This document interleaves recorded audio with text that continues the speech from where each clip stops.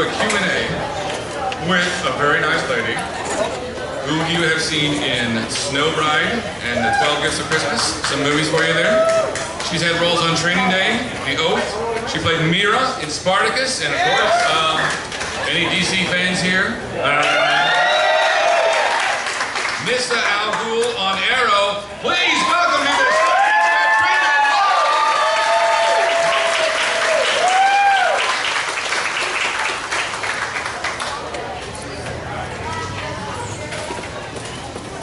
And that hug was improv. We go way back to this morning. Yeah. You know, one of the most awesome things I've just learned about her in the last 6 hours is how kind she can be when she takes control of the situation. Because my phone, I was like, you know, this thing's a little shaky and it's not very good. And we took a picture and it wasn't very good. She goes, just give me that. She just selfied away. And it was perfect. Some people call that kindness, or other people call it bossiness. I call it assertiveness. Okay, then let's skip page 1 of the notes because you just put me right into page 2. Yeah, because this is a good segue, I think. Girl power. Good phrase? Right phrase? What's the best way to say girl power these days? I think girl power is, I think powerful person, just in general, is great. I mean, I love this movement that's happening right now where it's women empowerment, women finally standing up for themselves, women coming out and saying what they need to say, girls having role models that are actually people who look like them, who act like them, all that's great. That being said, it's just, women have always been powerful, and girls have always been powerful, so it's nice to be recognized, and it's nice to be able to share the stage with men. So, yeah, I mean, the men have been great role models as well, and it's nice to just kind of be able to finally stand as equals and just say, hey, we're here to help you kick some butt too. You certainly have done plenty of that. Both in real life and on the screen, right? You have the martial arts background? Oh, I'm very violent in real life. Who wants to get hurt? No. So let's go back to a little bit more towards the beginning. What would you say started back in the early family days that brought you all the way to here? Were you always that assertive and confident, things like that? Yes, I guess. I know I was really hyperactive as a child, so my mom always put me into dance lessons, karate lessons, gymnastics, anything that would essentially make me tired and make me go to sleep. Was piano lessons didn't work out. My piano teacher quit on me. So that wasn't my jam, but yeah, assertive, and you know, when we had the little clubs, I just remember being like, you go here, kind of like with kids, you stand there, you stand here, and da-da-da, and then voila. But yeah, there is a fine line between being assertive and bossy, so it's, as the years have gone on, I've learned how to be bossy with a smile, and now people call it assertive. A little twinkle in your eyes and say, do what I tell you. Yeah. So did you think you gravitated more towards the dance or the martial arts? Because in some ways you could say they're kind of cousins or something. Movement. I grew up as a dancer, so my mom put me in dance lessons when I was 3 years old. In those little top classes where you kind of stand there in costume and just cry on stage. So that was me. And then got into modern dance and ballet and stuff like that. So when I finally started doing martial arts, I think I was 13 or 14. And not that it was easy, but it came to me a lot easier because of my dance. And I went as far as to get a black belt in Taekwondo. Oh yeah, let's pick one of those right there. Now I'm looking into boxing, and I would really love to get into jiu-jitsu because I think like knocking somebody into a figure four is fun. So. Contract negotiations. All right. Yeah, and fish hooking. Not that that's like a legal move in anything. Fish hooking someone is a lot of fun too. But when I went into acting, I think the choreography of martial arts came really easily to me because it was a lot like learning dance choreography. So a lot of time, like for instance in martial arts, you were trained to make contact with somebody and to take a hit and to hit and kick and do all the stuff. But when it comes to stunts, you're actually trained to missed somebody and to take a fall and to not actually get hit. So it's almost like the exact opposite. So to me, it's a lot more like dance because I'm not getting punched in the face. Really. So, does that make sense? I shall stand. I want to stand. So we've gone from the dance to the martial arts. When did the acting just kind of take? So when I was in college, I came back for a summer stock theater production of The Chorus Line, and they needed dancers. So I was like, oh, I'll do that. You know, a month and a half of my life, that'll be fun. And they were like, oh, well, do you sing? So I auditioned for the singing. They were like, well, we need you as a chorus person. You need to sing and dance. And then they're like, oh, you're pretty good. Do you want to try the acting bit? And that was my first acting role. And by the time we got done with production, I just fell head over heels in love with it. At that time, I was a marine biology major. So I ended up switching gears. Yeah, those go together. I mean, I've seen Under the Sea. There is choreography in the dance. So. Yeah. My trope. Yeah. So, no, but I was a year and a half a marine biology major, and then I ended up going back and switching to theater because I just loved it. And then that was that. That was that. Now, according to my notes, there was this other interview I watched where there was, I think maybe my two favorite current words put together, shark filmer. What'd she say? Nothing. So at one point in my life, my favorite animal is a shark. And I was like, oh, I'm gonna, go video sharks and be a videographer or whatever. But then I went snorkeling in Costa Rica, and a black-tip reef shark swam underneath of me, and I started screaming underwater. Started swallowing all the water, choking, having a panic attack because then I couldn't tell what the shark was because I was too busy choking. And then from that moment, I was like, maybe not my dream job. So, Yeah. Thank goodness you changed your mind on that one. So you go in and you're like, well, I'm gonna dance, and then they're like, can you sing and can you act? And that's known as the triple threat. So right out of the gate, there you go. So chorus line to what? 6 months of nothing, or like the second later, you're like, bam, what's my next role? I went from chorus line back into college, did a bunch of college productions, and then, so I grew up in Jersey, South Jersey, near Philly. Woohoo! One person! One person makes a difference! We don't admit these things. So then I ended up getting into casting. So I was working in a casting office for a long time, and I was helping cast projects, which if you're ever getting into acting, being in casting is a great way to want to get cast because you're there and you know what they're looking for. And a lot of times they're like, oh, why don't you just give it to this person sitting right here? But then you also really get to see why some people work and some people don't. Or how you could have 5 people who are amazing for the part and why the one person gets it over all of them. So it's a real eye-opener, and it really teaches you about the business of the business versus acting, which a lot of people take very personally, and it's a personal, almost assault if you don't get cast in something. So I did that, and then I got into PA work, which is production assistant. So for a good year, I was the person who went and got coffee, or moved the cones, or told people, please don't walk on the sidewalk, we're filming, and don't yell at me. With gentle assertiveness. Paid enough. Yeah. So, but I think PA work is great because does anybody know what SAG is? SAG is the acting union so it's SAG-AFTRA. So most of the actors that you see on television are SAG, and you have to pay the union fee, blah, blah, blah. I feel like before you're allowed into the union, you should be mandatory like 6 days as a PA on a job.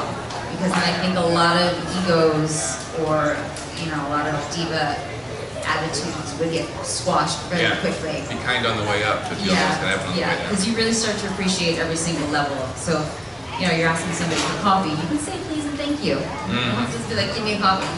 Or if it takes them 5 minutes longer than you think it should, it's probably because they got called to do something else. Or if the director tells you to stand under here at this point, it's probably because they just spent 20 minutes setting up a light to point directly there. And if you decide you want to stand here, that's going to be an extra half an hour to move all the lights.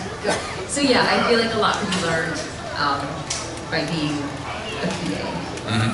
So now you've got, acknowledge everybody. There we go. We're all doing our part. You also learn how to make a really mean coffee. So now you're on the set. Are you switching to thinking I need some formal training? Are you watching and learning? Some of both? What are we doing? Well, when I switched my major to theater, I got the formal training. And then when I was in New York, I still took classes. And then even in LA, I started taking classes. Just different classes, whether it was cold reading or, you know, a scene study or whatever. Yeah. So, yes, I think it's like anything else. You have to hone your craft. And even if you have natural talent for it, I feel like no matter what, everybody does better when they're constantly working at their craft, no matter what it is. Yeah. Did you run into, hopefully, mostly just good coaches and stuff, not someone that was just like, you know, give me your money and good luck, kid? I've run into all kinds. So I've run into really great acting coaches who weren't great for me.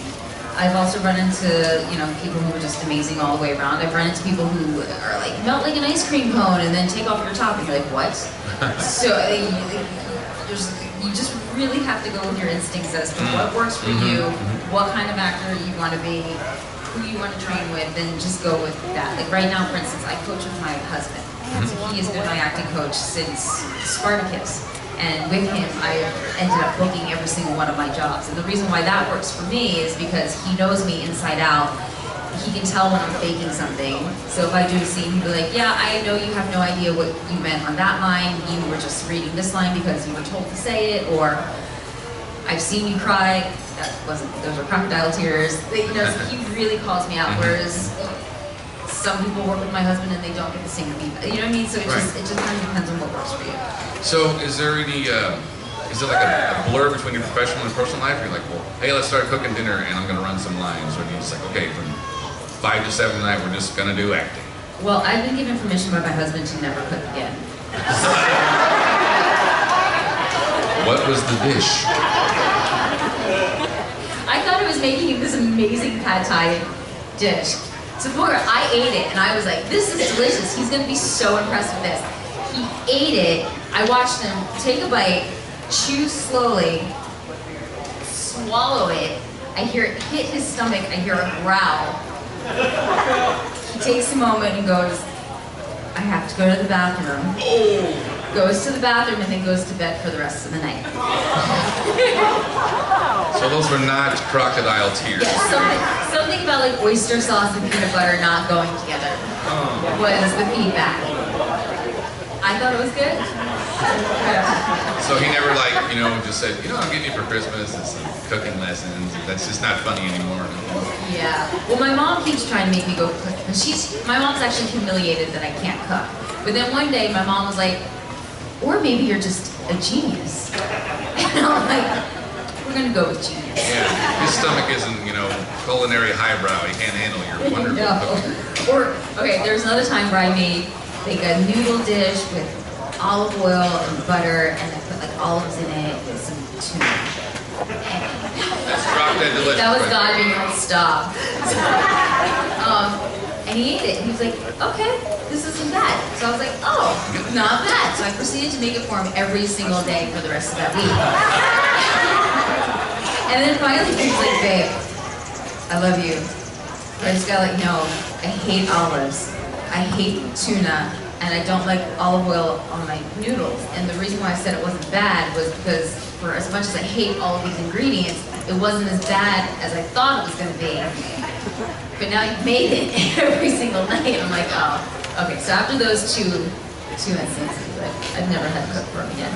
So that means he does all the cooking. That means he does all the cooking. No. I just put tomato soup and tuna together, and that's my jam. That's dinner. You eat it or you Yeah, don't. like I eat to survive. I don't eat to, unless I'm going out. Like if I want to eat to like for flavor and taste, I'll pay somebody to cook for me. There you go. Or like a restaurant. Like Olive Garden. So now we've got classes and we're heading towards more professional roles. Where are we going from here? You haven't got an agent yet at this point. So you're taking all these classes on your own, just hoping you get the right thing? Well, I did have an agent. I had an Okay. agent in Philly, and then I had a manager up in New York. And at that time period, I'm half Asian. I don't know if anybody knows or cares. But at that time period, I was never white enough, and I was never Asian enough. And so a lot of times I'd go on these auditions and then I wouldn't get cast, and people were kind of like, we don't know what to do with you. Or I remember my manager wanted to put me with a new agency, and they were like, well, we already have 2 half Asians and we don't know what to do with them, so why would we take another? So I ran into a lot of that at the beginning of my career. But thankfully, things have been shifting. So now people, one, either don't care what race, ethnicity you are, they just want to see a good story with some good actors in it, and have the story be told. Or it's just people are just more open to this open ethnicity, as I call it. Well, it's like if you're good at something like that, just run with it, you know. I mean, if you really want to go crazy nerdy, you can say, well, that's from Earth 762, and that's what she looked like, so who cares? Yes, Yeah. there's that. So how do you think your acting has changed over the years? If you're, like you said, you're doing this with your husband, you're learning, you're thinking, are you having trouble separating from the character if you're really kind of living it? Almost sounds like 24/7 sometimes. It can be difficult to get into something and then it's over, and like, how do I get back out? Well, right now I have a 5-month-old at home, and there is no option to not get out. She starts screaming in your face and you are back to reality. Okay, so no matter what it is. But I do think that as a younger actor, and I hear this from a lot of actors who are now technically older, that when they were younger, to get into the character, you know, for me, like, if I ever have to cry, I'm not a person who cries easily. I don't cry a lot in real life. So in order for me to get tears going on set, I normally have to sit there for hours and think about like everybody in my life dying. That's like where a lot of actors have to go in order to get the stuff going. So a lot of times when you sit in that spot for hours and hours and hours, and then you do the scene over and over and over again, and now you've just spent 6 hours crying over the thought of your entire family being dead.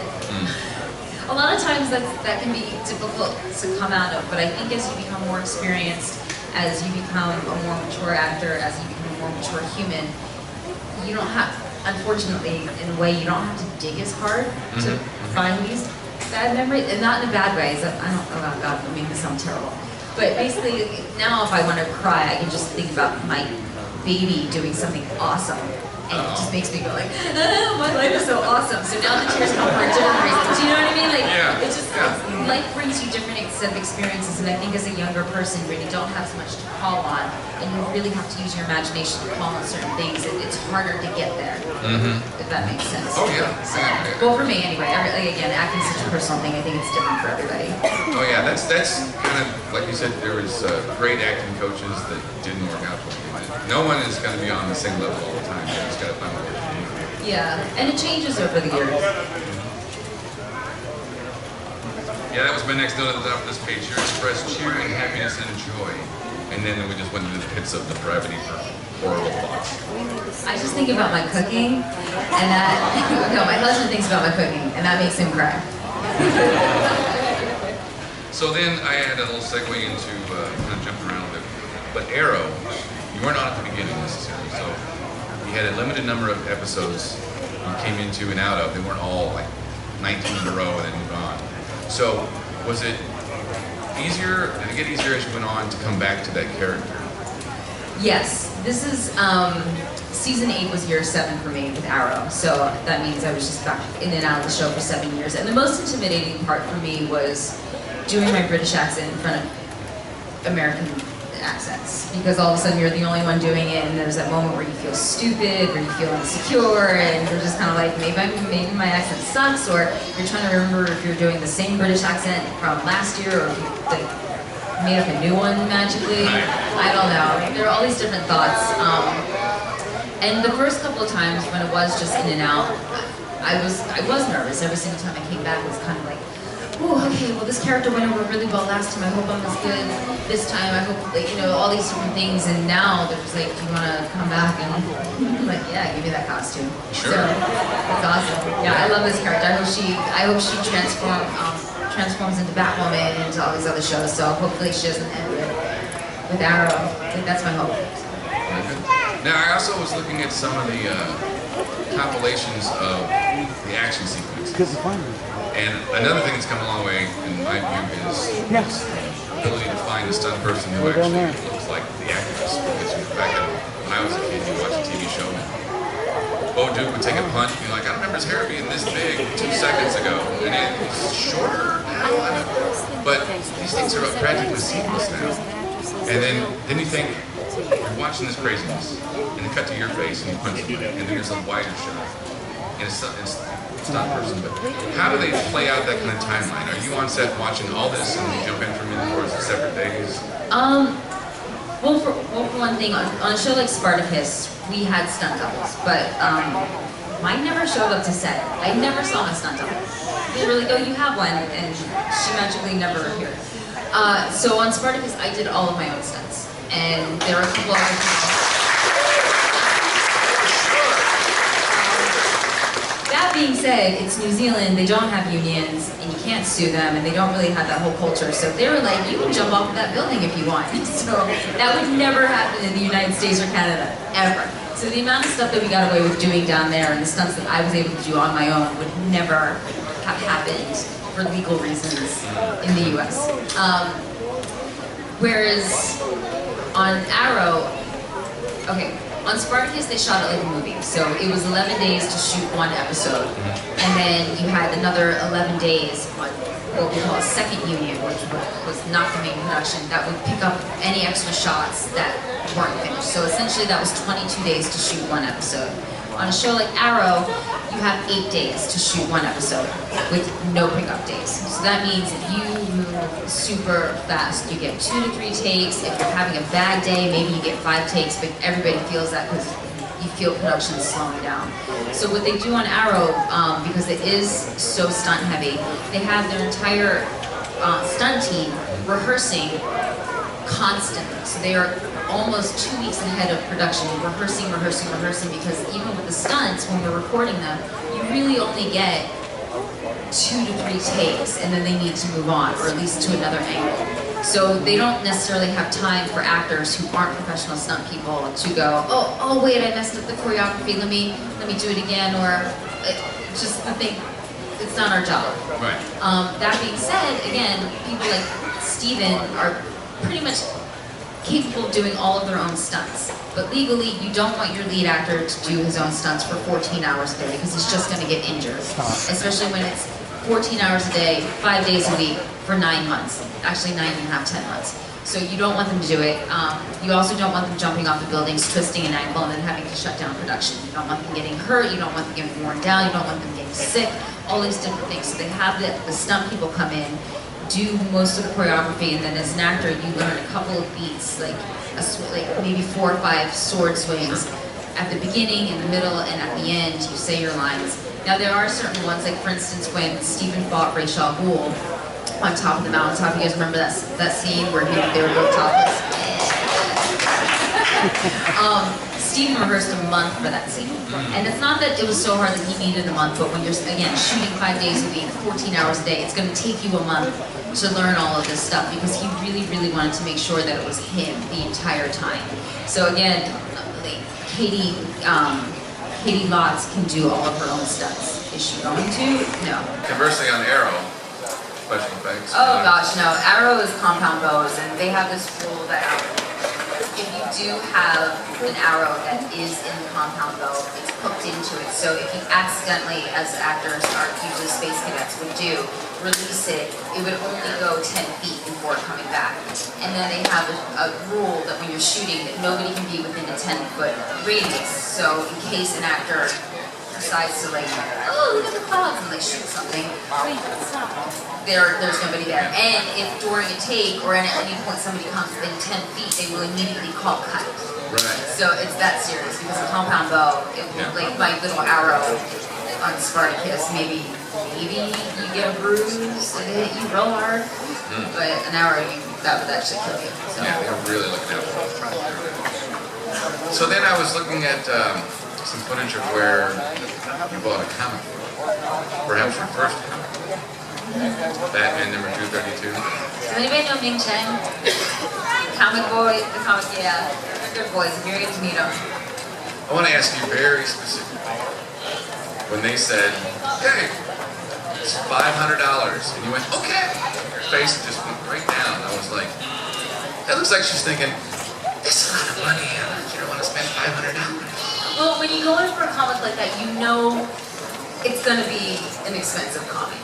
I think my gauge was more like, am I really going to give this to Matt, or am I going to keep it? That was the follow-up question. Yeah, well, here's the thing. I haven't seen Matt yet, so technically I still have it, but maybe, I mean, I'm pretty sure I'm going to give it to him. Yeah. But I have it. He might not. Baby steps. Maybe you could show him a photo of yours on your desk. I do really want to. I'll see how much like drool comes out of his mouth when he sees it. If he doesn't actually drool over it, then maybe I'll be like, I'll keep it. Maybe you can get the $10 from him. So then I was kind of thinking, if that was your first one, was that just like a monumental thing? Like, this is my world, I'm going to do this? Or did that kind of spur you into comics a little more? Because your background before then, were you really aware of superheroes and level? I think I was a normal, not your normal, your average comic book fan where I had, Batman sheets and Superman sheets and, the normal amount. I don't need to collect comics because my husband has me covered, and he didn't tell me this until 6 years into dating that he has over 10,000 comics. Off-site in a hermetically sealed room. Oh yeah. And as the years have gone on, things have been slowly creeping up onto the wall. Yeah, you're all sneaky. This is what you do. You're like, oh, I like Batman, Superman. Oh yeah, no, I heard of them. And he busts out with oh my gosh, he showed me the comic. I was like, are you kidding me? Yeah, and now whenever we're at conventions, if he disappears, he's like, I'm gonna go for a walk. Sure. Okay. Comes back and he's like, stack. What you got there? Yeah. Are we gonna be able to afford dinner? So there was this, I can't remember what it was, but there was this one comic where it was like $2,000 or something. It was like, it's a mint, and the spine was perfect, and I don't know, all the things that make comic books perfect. And he just came back with this look on his face. It's just like, no. And it almost turned into a full-blown argument because I was like, no, we can't. So maybe on our 50th, we were 10,000. I should have got one of these 2,000. See, this is why you think ahead. Now I'm thinking about it. Who else out here? You all collect comics, don't you? Yeah. All of you. All right, who's got the most comics? start me another stage. $5. How many? Oh, you and my husband need to hang out. How many do you have? How many? How many do you have?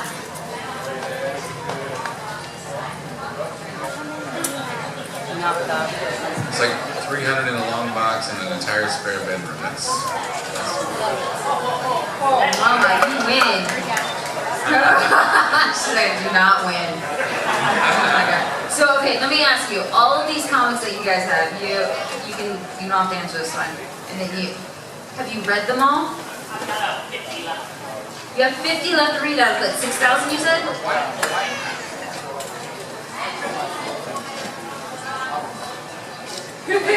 So we could technically go in there and rob your place. Oh, see? Okay. there's those ninja That's skills. a lot of money. I'm like, how do I? We're gonna film a very special episode of Arrow.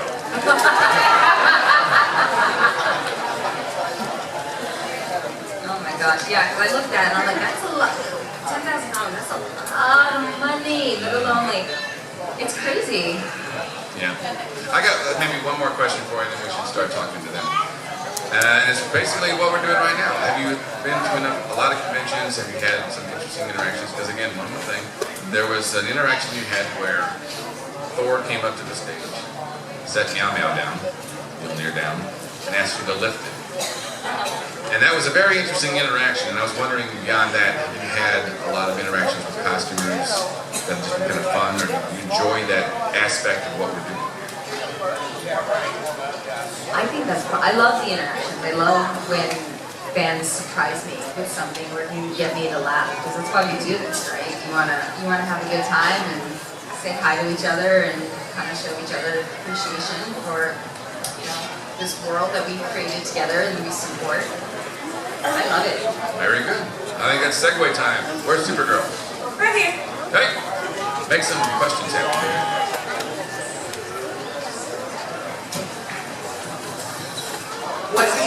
part about growing up in New Jersey outside of working in the your gas? Not pumping your own gas is awesome. Fireflies. I miss the fireflies. Ooh, and custard. Yes. A gelati or gelato with the Rita's water ice and vanilla custard. Oh, bomb. Good. Hi, can you share your experiences with working with Andy Whitfield?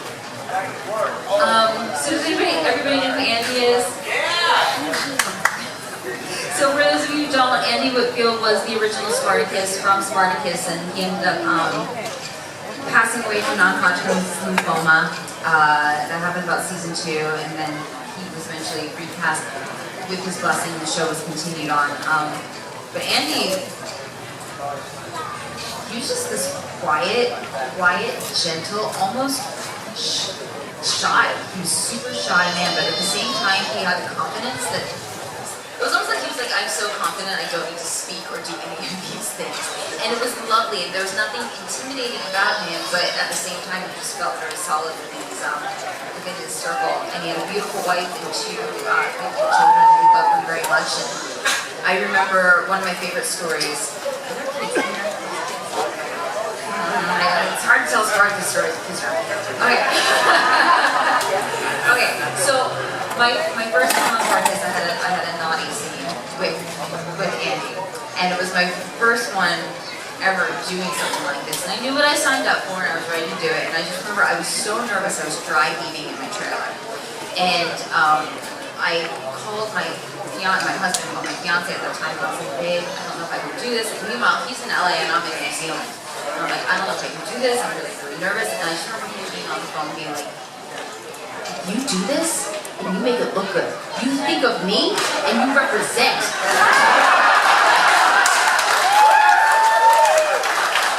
was like, okay, babe, I got you. So then I went out and made out the movie. But it was really cool because at that point, Andy had already made out with every single female on set. So he was like, next. Not a big deal to him. And but there's comfort in that because then it's not like this weird pressure. Like you're just like all of a sudden it does become a job and it takes away that like, is he gonna think it's real? Is this like I'm acting? Like all those things go away. But then because he was topless, I had my shirt off as well. Nobody ate. So in the middle of our little makeout session, all of a sudden you hear. And it's Andy's stomach, because he's so hungry at this point, his stomach starts growling. So we had to stop production, somebody fed him a banana. Life goes on, we start on with the scene. About 5 minutes later, we hear,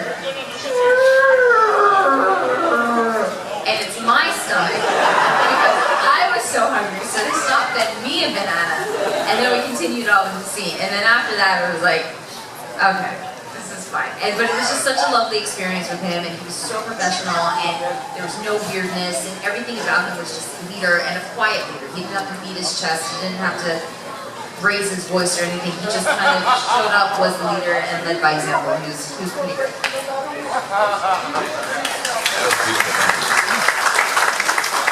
Hi. I got a question. When you're working on Arrow, do you have any funny stories with Katie Law or Stephen Amell?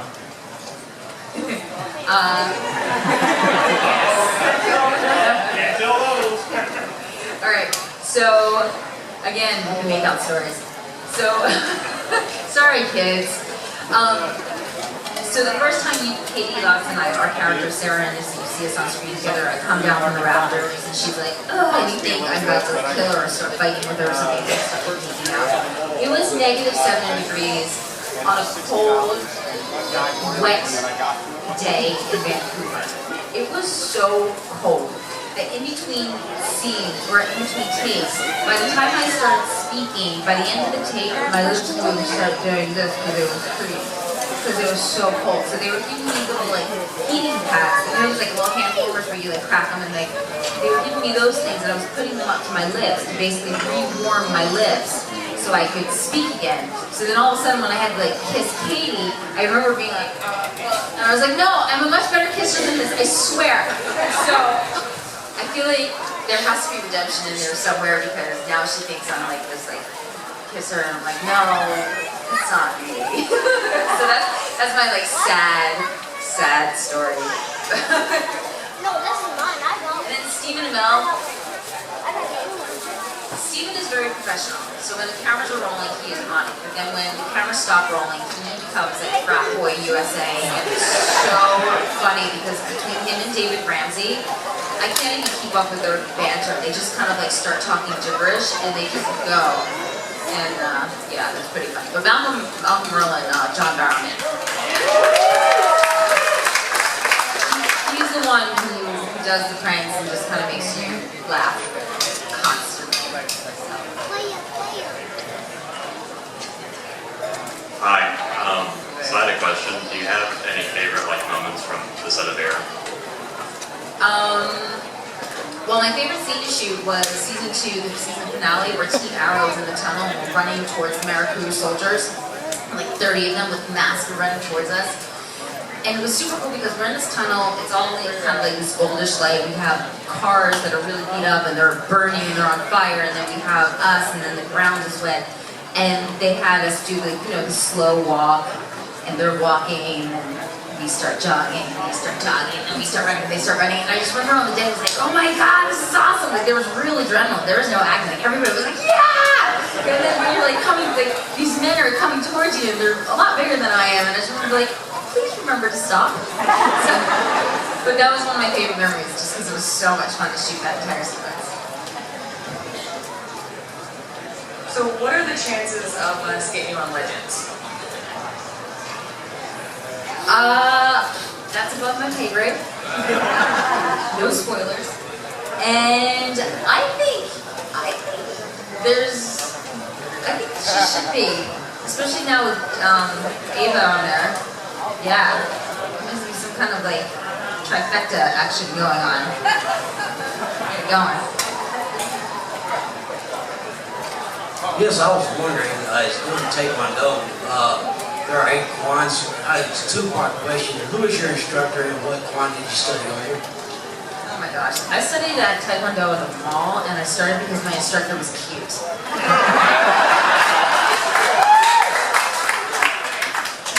So, by the end of it, I think it was legit, but I don't know. I ended up having, I can't remember his name right now, but I started off with the normal instructors. By the end, I was coaching with a dude who was actually from Korea and was amazing, and I never once touched him. Like, he would do that thing, like, land one punch, land one anything, and it was impossible.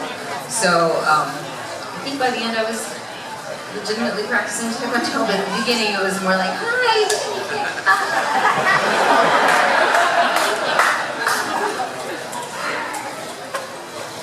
Hi, Katrina. Hi. Do you mind telling my buddy Joe hi real quick? Joe Baker? Joe Baker? Do I know Joe Baker? No. No. Hey, Joe. My question to you, though, is what do you do to de-stress when you're in between episodes or anything like that? What do you do that helps you just kind of relax and, you know, exit everything out and just kind of refuel yourself? In between, like, jobs, Yeah. shows, I love traveling.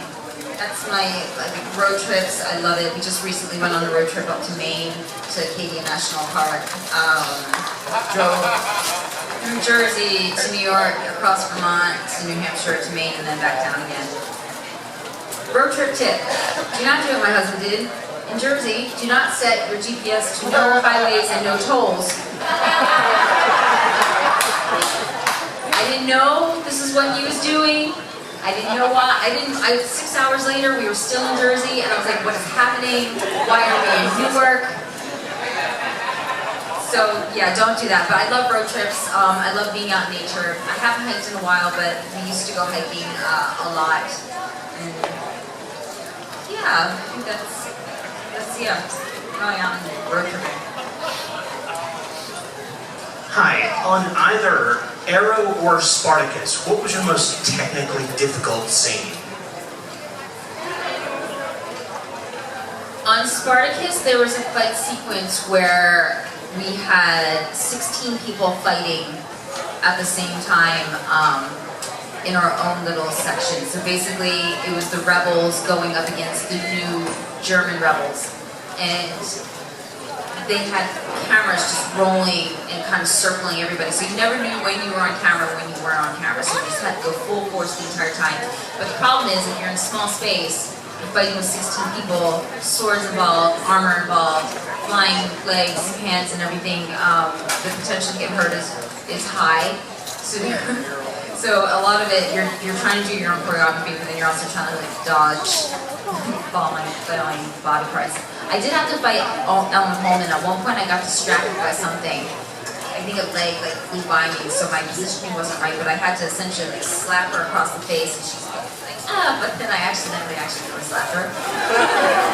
And it was so loud that you could hear it over all 16 people fighting, and I just remember I smacked her so hard, and I was like, and she just looks up and she's like, keep going. So yeah, that's great. And fight sequences are always technically difficult. But to be honest, one of the most difficult scenes that I've ever done was my Hallmark Snow Bride movie, where I'm sitting at a table and somebody's asking me something. I'm trying to lie and I'm trying to like dodge questions, but they had me eating this dinner and I had 2 forks and a knife and then like all these different things, and I had to remember to cut, eat, spit things out, see that I had 2 forks, switch like this whole like thing and like say my lines and act at the same time. I just remember like by the end of it I was losing my mind. So that was actually probably the hardest, but yeah. I know that you were Miss Team USA New Jersey. What was your talent in the competition? So cute in the bathing suit.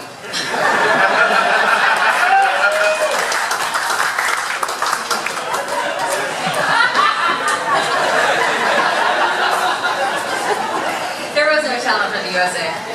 Miss America. No, honestly, they're just like, look cute. There was an interview portion, and I think this is why I didn't win. So in my interview question, they're like, for $10,000, would you rip the wings off of a butterfly? And so this is what they were doing. They would say, for $10,000, would you rip the wing off a butterfly? And to be honest, most women were going, no. And then the next question was, well, would you step on a cockroach? Yes. And basically they would kind of be like, oh, we snag you because that's like, because one creature is beautiful and that's how you're valuing life over blah, blah, blah, whatever. And when the lady asked me, I just remember being like, for $10,000, not only would I rip the wings off, but I would fry it and eat it.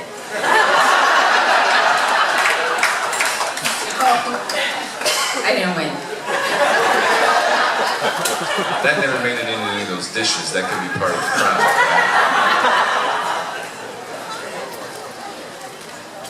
What was your favorite episode from Arrow that you starred in? I think it was the French fry episode with Katie Cassidy. And I think that was my favorite episode just because it was so different from all the episodes that I shot in the previous one. So one of my favorite scenes to shoot was the running through the tunnel and stuff like that. And there have been great scenes like that. I remember working with Katie Cassidy. One is amazing. She's a great actor to work with. And then 2, figuring out how much Nyssa would actually smile. Because we were like, would she like break into a full smile? Like, it would almost feel like her face is cracking because she never smiled. You know, like, so kind of exploring that side was a lot of fun. Hello, I had a question. You had a lot of co-stars on Spartacus that crossed over to the DC universe. What was it like being one of those actresses from Spartacus that also crossed over? So much fun. You go from one amazing world of Spartacus into another fantastic make-believe world of the DC universe. You know what I mean? It's like 2 genre fandoms that are just amazing to be a part of. But then, of course, you see everybody from Arrow coming over, and it's this really messed up family reunion. So you're like, oh, hey. So, yeah, that was a lot of fun. Hey, how are you? I was going to ask with Arrow, with this last season, are they going to give you a proper send-off for that last season, or can you say? I think they did mention something about a Pegasaurus coming, and then like something about the zombie coming in, and then penguin. I'm not really sure what that means, but that's what they told me. You go with that and figure it out. I think that's code for tune in because it's going to be awesome.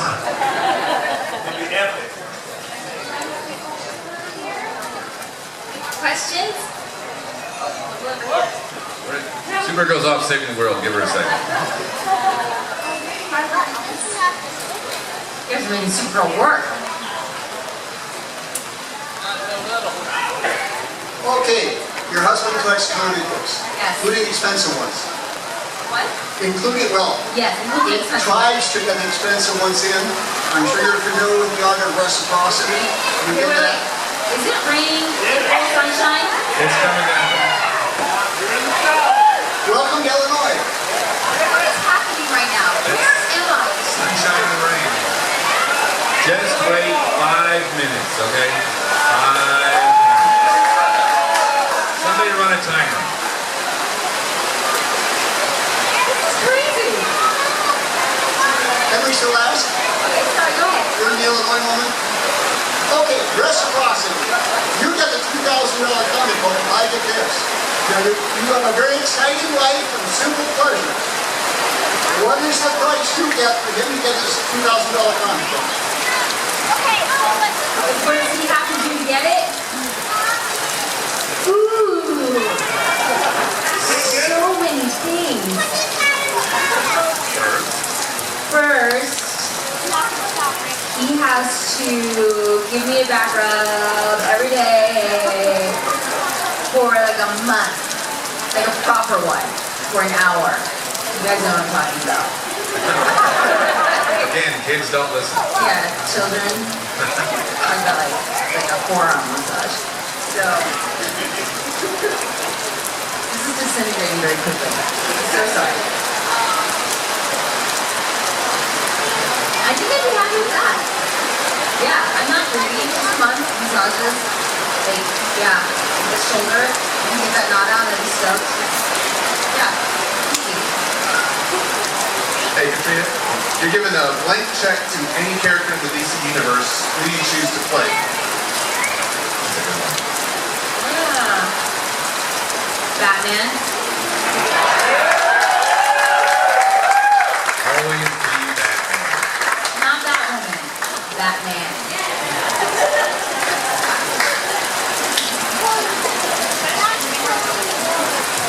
Katrina, you and your husband do a series together? We already did a couple of series together. So we did the Resistance together. I shot and killed him. That rehearsal goes. That's why you gotta be in right? And then take it easy with Snow Bride. It's a Hallmark movie. So at the very end, my best friend in the movie gets married to a guy. And that guy in the movie is my husband. So, yeah, that was the producer's way of making up for me having to make out with another man the entire time. It's the ride at the end. It's a weird industry. It's a very weird industry. Well, let me ask you a question, Coach. Does that mean that the two of you ever during the process, you know what would be great? We should write and direct something.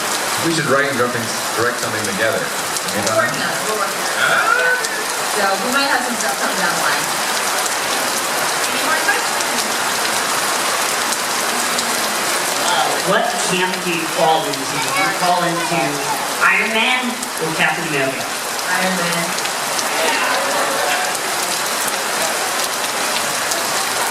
Now there's another one. Play Iron Man. Still Batman. Batman had armor, good enough, right? It's almost been 5 minutes, did you know? Hi, Katrina. Hi. Cat or doctor? What? Cat or doctor? Both. Both? Both. I got 2 cats and a dog. Alright, okay. My pit bull is afraid of my 2 cats. As he should be. Okay, thanks for coming, first of all. We appreciate that. And I love Spartacus. Loved it. Watched it all. little uncomfortable every now and then. I know you probably were too. I did not watch it with my parents. Oh. But on the show, you guys were so greasy, slicky, dirty, sandy. Was that all like legitimate? I mean, did it just come right off, or was it just? So on Spartacus, everybody was, well, on the Roman side, they were very clean. They didn't experience anything that the rebels had to experience. But I got tanned 3 times a week, twice a day. So my makeup artist knows me very well. Every day they would apply dirt. So after the tanning, they would apply dirt with a sponge. So on your nails and everywhere, even in your ears, they were very thorough. And then you would get sheen down after that with this baby oil glitter concoction. So they kind of like, this is the men and women and everything. And then unfortunately on set, because this shot in the wintertime in New Zealand in a warehouse that had no heaters, they would still have to spray you down with water so you looked like you were hot. So it got to the point where the actors would run away from the makeup artist when we would see them coming because they would have the spray bottles and we knew it was going to be like painfully cold because they're just like spraying down. So what they ended up having to do was sneak attack actors. And they would do it in gangs. So it'd be like 3 or 4 women who were kind of like casual. They would hold bottles, you could see them. If you notice them, if they saw you notice them, they kind of like veer direction and go to like the other actor who was like talking or something like that. And they would run up behind you very quickly and just spray you down really quick and then leave. So there was that. So we're immediately just like, oh, Spartacus. We got time. Sorry, we got time for maybe 3 more-ish. These are good long questions.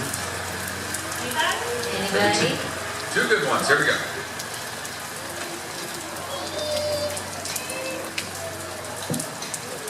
I know you worked with Andy Woodfield. What was it like working with Liam McIntyre? Liam was great. So when you have an unfortunate incident like what happened with Andy, the great thing about Andy was he knew that a lot of our livelihoods depended on it, especially in New Zealand. So he very specifically gave us permission to continue on with the show, or his blessings, and to have no hard feelings or ill will about it. So that's what made it easy and possible for us, because I think if he'd been like, no guys, shut the show down, nobody would have continued on with the show.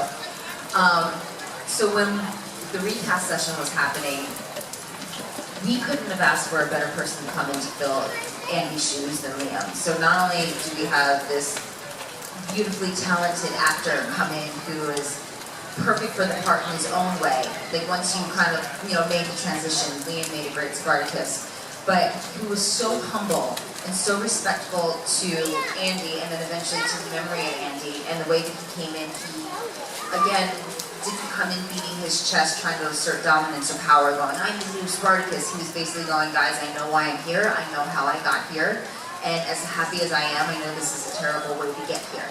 So when you take that humility and you bring it in and you basically go forward and you act with all the heart and passion that you can give to a role, it's kind of the perfect person. So working with Liam was really great in that sense. We have just a couple minutes Do you have left. any more last questions? Well, she's looking for one. I got a quick one for you. So you were on episode of Chuck, right? And then Zachary Levi ends up as Captain Sparkle Fingers. So, and then you end up on a DC show. So another show that just kind of shoved him over into DC. Zach's birthday is one day before mine. It's the day before mine, right? Yeah. Don't sound so thrilled, Jeff. Say what? Chuck was a lot of fun too. I got cast on it, and the first day I get there, and on my call sheet, my first hour was dedicated to blowtorch and whip training. This is gonna be a good day.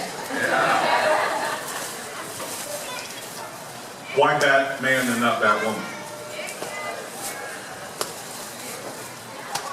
I love how dark Batman is. I love his backstory. I think the reason why I always gravitate towards the male characters is they didn't necessarily use their sexuality to get their power. Whereas in a lot of the older comics, like, you know, costumes are very risque and for the women, and, you know, it's a lot about how shapely they are. Whereas Batman, his suit makes him have an awesome shape. He could, I mean, like most of the people playing him have got great shapes underneath them, but at the same time, like, you can kind of like build yourself to be how you want. And it was mainly his smarts and how crafty he was, and how loyal and driven by revenge he was for his family and for Gotham City that drove him, and I really love that. That's a good last question right there. We're pretty much out of time. You want to have thunderous applause to go with the ring.